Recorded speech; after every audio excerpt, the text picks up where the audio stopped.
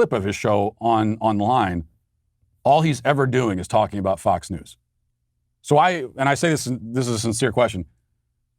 Does he report on anything but what Fox News personalities are doing?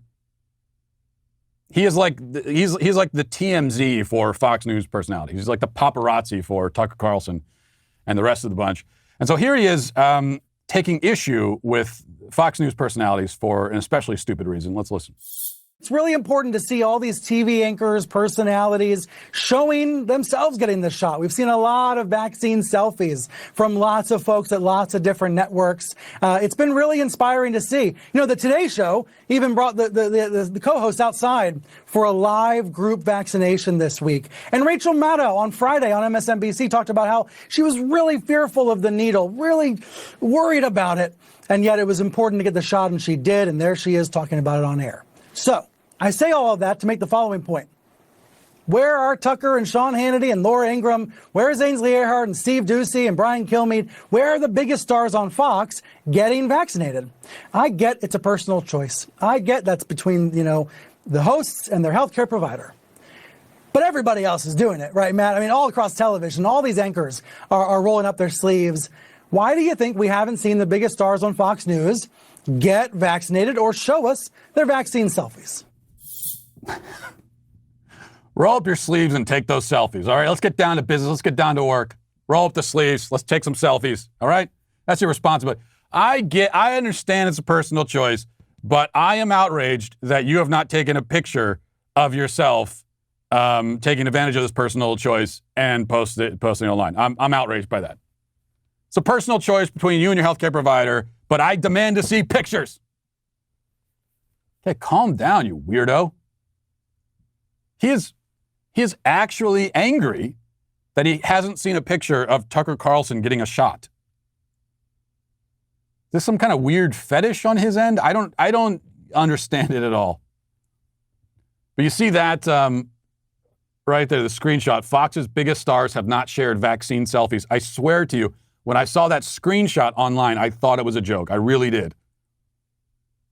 I can't help it. I'm an optimist when it comes down to it. I saw that screenshot. I thought, no, come on. They haven't gotten that stupid over there, have they? No. Nope. My optimism misleads me yet again. Story of my life. All right, let's move on to reading the comments. First comment says, teens themselves have been trying to get James Charles deplatformed for months now, but TikTok and other companies backing him are actually deleting the post showing proof of his behavior. Thanks for blasting this out for more people to see. I got a lot of comments like those and messages, too, from people saying that a lot of teenagers in James Charles's audience have been the ones calling attention to his alleged preying on underage boys. And in this case, you have the big corporations like TikTok and YouTube and his corporate sponsors that are keeping him platformed in spite of that. This is one case where a deplatforming campaign is wholly justified and needed.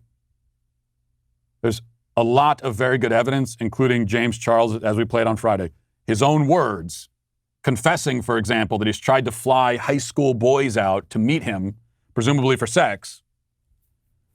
So there's a lot of that kind of thing.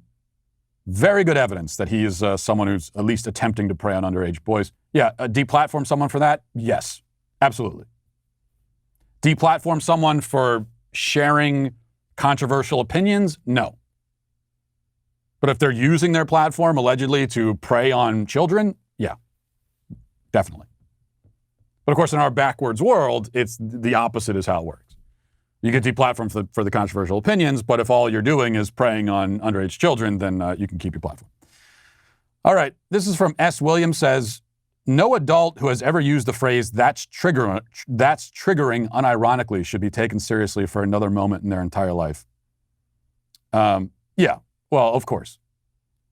Along with any adult that uses the word lived experience. I mean, there are a lot of phrases and a lot of opinions, frankly, that someone can share that, although they have the right to share them, means that I personally can never take them seriously again.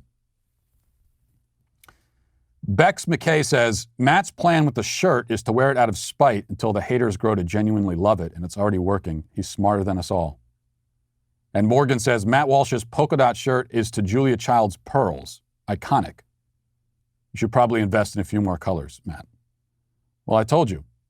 Joshua says, I'm happy to see you are indeed a man of your word and wore your gentleman's blouse again. Gentleman's blouse. Don't take my laughter as me approving of you calling my shirt a gentleman's blouse. It is just a shirt. Have you people actually never seen a shirt with dots on it? I don't do a lot of clothing shopping, which maybe is clear. But I think that that's a pretty common pattern to see on clothing, even for men. Am I wrong?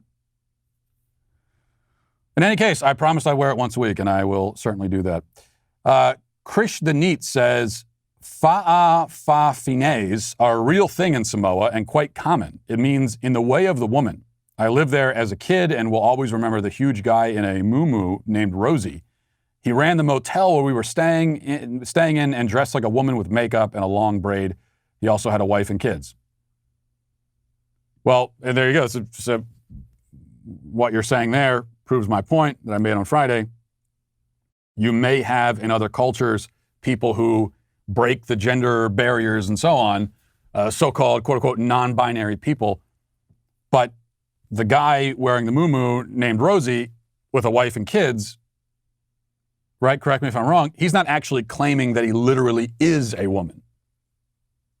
He may be dressing the part, but there's no confusion about what he actually is biologically. We in the West are unique in that confusion. And that's the point that we were making. You know, you can always tell when